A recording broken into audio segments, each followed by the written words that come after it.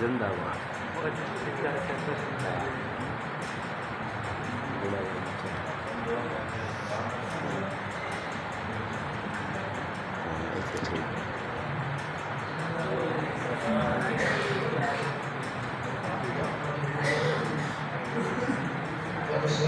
وسلم على رسوله النبي الأمين المكين الحنين الأمين الرؤوف الرحيم. أما بعد فأعوذ بالله من الشيطان الرجيم. بسم الله الرحمن الرحيم. وقضى ربك ألا تعبدوا إلا إياه وبالوالدين إحسانا. صدق اللہ العظیم.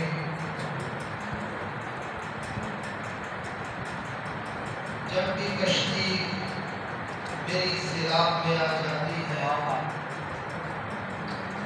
جب بھی کشتی میری سیلاب میں آ جاتی ہے، میں پریشان ہوتا ہوں تو ماں دعا کرتے ہوئے خواب میں آ جاتی ہے. میں پریشان ہوتا ہوں تو ماں دعا کرتے ہوئے خواب میں آ جاتی ہے. ہم تو سلام بار میرے نہایت واجب الاحترام اساتذہ کرام ساتھیوں، السلام علیکم ورحمۃ اللہ وبرکاتہ. اللہ تبارک و تعالی نے اپنی پاک ناریب اور مقدس کتاب کے اندر ارشاد فرمایا وَقَضَىٰ رَبُّكَ أَلَّا تَعْبُدُوا إِلَّا إِيَّاهُ وَبِالْوَالِدَيْنِ إِحْسَانًا، کہ اور آپ کے رب نے حکم فرما دیا ہے کہ تم اللہ کے سوا کسی کی عبادت مت کرنا اور اپنے والدین کے ساتھ حسن سلوک کرنا. یاد رکھیں کہ اللہ تبارک و تعالی نے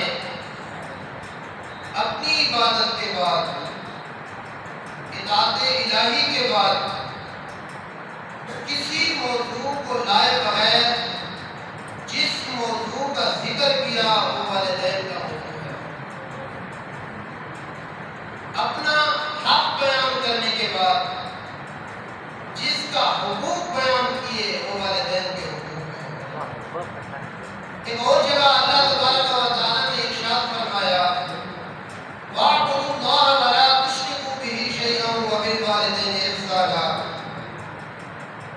کہ اللہ تبارک و تعالیٰ کی عبادت کرو اور اس کے ساتھ کسی کو شریک مت ٹھہراؤ اور والدین کے ساتھ حسن سلوک کرو. اسی طرح حدیث مبارکہ کے اندر بھی حضرت